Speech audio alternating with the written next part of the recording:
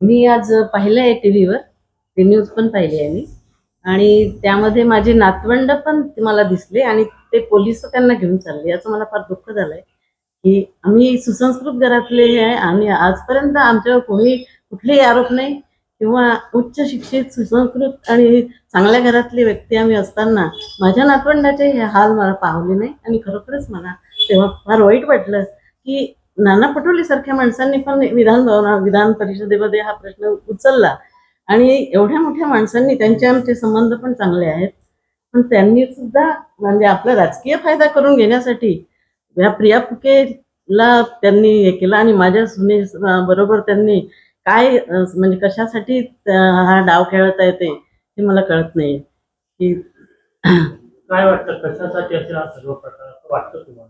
हा राजकीय हेच आहे त्यांचा स्टंट आहे काहीतरी आणि तिलाही प्रसिद्धी पाहिजे आहे आणि नाना पटोलेंना सुद्धा प्रसिद्धी पाहिजे असेल असं मला वाटतं. तुमच्या डोळ्यात अश्रू आलेले आहेत, काय नेमकं म्हणजे काय तुमच्या भावना आहेत? म्हणजे माझ्या नातवंडाबद्दल मला फार वाईट वाटतंय की एवढ्या मोठ्या घरचे पोरं आणि असे रस्त्यावर हे करत आहे. ती स्वतःबद्दल तिने इतकं आमच्या 1-1.5 वर्षापासून आमच्यावर इतके अत्याचार केले आहेत की ब्लॅकमेल करून करून पैसे लुटते आणि परिणी फुकेचा या संबंध याच्याशी काय संबंध आहे? आम्ही सासू सासरे जिवंत आहे म्हणजे सगळं आम्ही सांभाळू शकतो, करू शकतो आणि त्या परिणी फुकेचं नाव ते का घेतायत? म्हणजे ब्लॅकमेल केलंय, कशा प्रकारे ब्लॅकमेल म्हणजे असे अनेक वारंवार पैसे मागून मागून 1-1.5 वर्षापासून हा संपूर्ण त्यापूर्वी देखील शिवसेनेचे नेते काही आले होते. हो, सुषमा अंधारे आले होते. या प्रकाराबद्दल फुके कुटुंबियांची भूमिका काय आहे? प्रसार माध्यमांना तुम्ही काय सांगाल? फुके कुटुंबियांची भूमिका आमची हीच भूमिका आहे की या क्षुल्लक गोष्टीसाठी राजकारण करू नये. प्रकरण न्यायप्रविष्ट आहे आणि म्हणजे सगळे न्याय तिला मिळणारच आहे आणि संकेत फुकेची म्हणजे आमची जी प्रॉपर्टी आहे ती अजूनही आमच्याच नावे आहे. संकेत फुकेचं नाव जिथे असेल ती तिच्या नावावर गेलेलीच आहे ऑलरेडी आणि म्हणजे कोणालाच आम्ही दिलेली नाही, कुठल्याच मुलाला दिले नाही. दोन्ही तिघी मुलांची प्रॉपर्टी एकत्रच आहे आणि तरी पण त्यामध्ये ही कशासाठी भांडते हेच कळत नाहीये मला. ती तिच्या नावावरच आहे, ती जेव्हा म्हणेल तेव्हा तिच्या नावावरच आहे. संकेत गेल्यानंतर ती तिचीच झालेली आहे ऑलरेडी. त्यामुळे ती कशासाठी करते हेच आम्हाला कळत नाहीये. एक महिला म्हणून तुम्हाला असं वाटतं की तुमच्यावरही अन्याय होत आहे या संपूर्ण? हो, अगदीच होत आहे. कारण म्हणजे आमचंही घराण्याचं नाव बदनाम होत आहे. परिणी फुकेचं विनाकारण नाव बदनाम होत आहे. 4-5 वर्ष झाले तो वेगळा राहतोय. संकेत असताना पासूनच तो वेगळा राहतोय आणि तरी पण त्याचं नाव का घ्यावं? परिणी फुकेचा संबंधच नाही या प्रकरणाशी. तो कधी पडलाच नाही, त्याचा काय संबंध? तुम्ही काही उदाहरण सांगू शकता? म्हणजे अनेकदा ती पैसे मागते किंवा काही हे दरवेळेस आम्ही तिला पैसे देतो. 1-1 लाख 2-2 लाख सगळ्या पावत्या पण आमच्याकडे आहे. आम्ही बँकेने अमाऊंट तिला देतो. तरी पण ती अशी ब्लॅकमेलच करत असते नेहमी. का बरं करते म्हणजे काय तुम्हाला ते आम्हाला ते तिलाच माहिती ना. म्हणजे ती ब्लॅकमेल का करते तेच कळत नाही आणि परिणय फुकेचं नावही का घेते हेही कळत नाही मला. नाव घ्यावं ना तिने, रमेश फुकेंची सून आहे, संकेत फुकेची बायको आहे. परिणय फुकेचं नाव तिने का घ्यावं? त्याचा संबंधच नाही ना या प्रकरणाशी. कारण बाकी जे आहे ते सर्व आज झालेला जो प्रकार आहे त्याच्यामध्ये राजकारण आहे तर याच्यावर तुमचा रोख किंवा आरोप पण आला नाना पटोलेंनी आज विधान भवनामध्ये पण म्हटलेलं आहे वाटतं की म्हणजे मी बघितलंय ते क्लिप की न्याय मागावा म्हणून.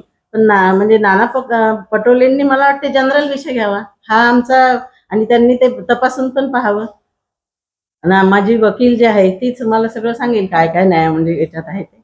वारसा हक्काने तुमच्या नातवंडांना जो वाटा मिळाला पाहिजे तो द्यायला तुम्ही तयार आहे आम्ही आणि सगळं आहेच ऑलरेडी त्यांच्या नावावर झालेलं आहे. ते वेगळं काहीच नाही आहे. पण ती भांडतेच कशासाठी हा प्रश्न आमच्या सगळ्या कुटुंबातल्या म्हणजे अदर रिलेटिव्हजलाही वाटतं की हे कशासाठी भांडून राहिले आहे ना, ते सगळं मुलांच्या नावावरच आहे. तर ही भांडतेच कशासाठी आहे?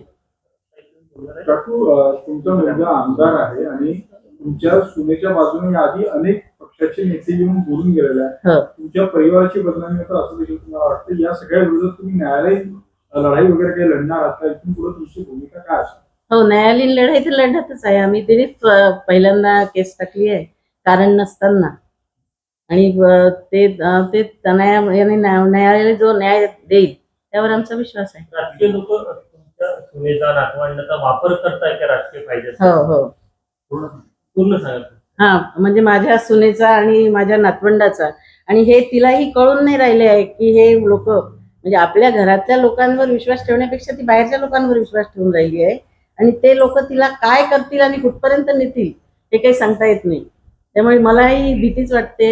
ते माझ्या सुनेला ते दिशाभूल करत आहे आणि ते काहीतरी आपली राजकारण म्हणजे आपली पोळी भाजण्यासाठी ते तिचा वापर करत आहे. तुमच्या सुनेची राजकीय महत्वाकांक्षा वगैरे आहे असं वाटतं तुम्हाला? असं ऐकायला येतंय मला माहिती नव्हतं आतापर्यंत, कारण आतापर्यंत काही राजकारणी घराणं नाही किंवा काहीच नाही आहे. तिच्या आई वडिलांकडे काही राजकारणाचा वारस नाही आहे, आणि त्यामुळे आता मला ऐकायला येत आहे की ती झोपडपट्टींमध्ये जाते, काय संक्रांतीचं वाण वाटतं हे ते करते आहे, तिला उभं राहायचं आहे असं मला लोकांकडून कळतंय. मला नाही माहिती तिची महत्वाकांक्षा काय आहे, तिची महत्वाकांक्षा कशासाठी आहे तेही माहित नाही, कारण तिच्यासोबत कोणीच राहत नाही, एकटीच फिरते ती. या अगोदर या भागामध्ये बॅनर सुद्धा मोठे मोठे लागले होते, अनेक शुभेच्छाचे बॅनर लागले होते, त्यामुळे राजकीय पदार्पण तुमच्या असणार आहे काय संदर्भात? आता ते मला कसं माहित राहणार, ते तिलाच विचारावं लागेल तुम्हाला. म्हणजे माझा तर काही सपोर्ट नाही आहे त्याला. म्हणजे तुम्हाला असं वाटतं का की राजकीय हे जे प्रकरण मध्ये ती करण्याचा प्रयत्न करते, तिचा न्यायालयावर विश्वास नाही?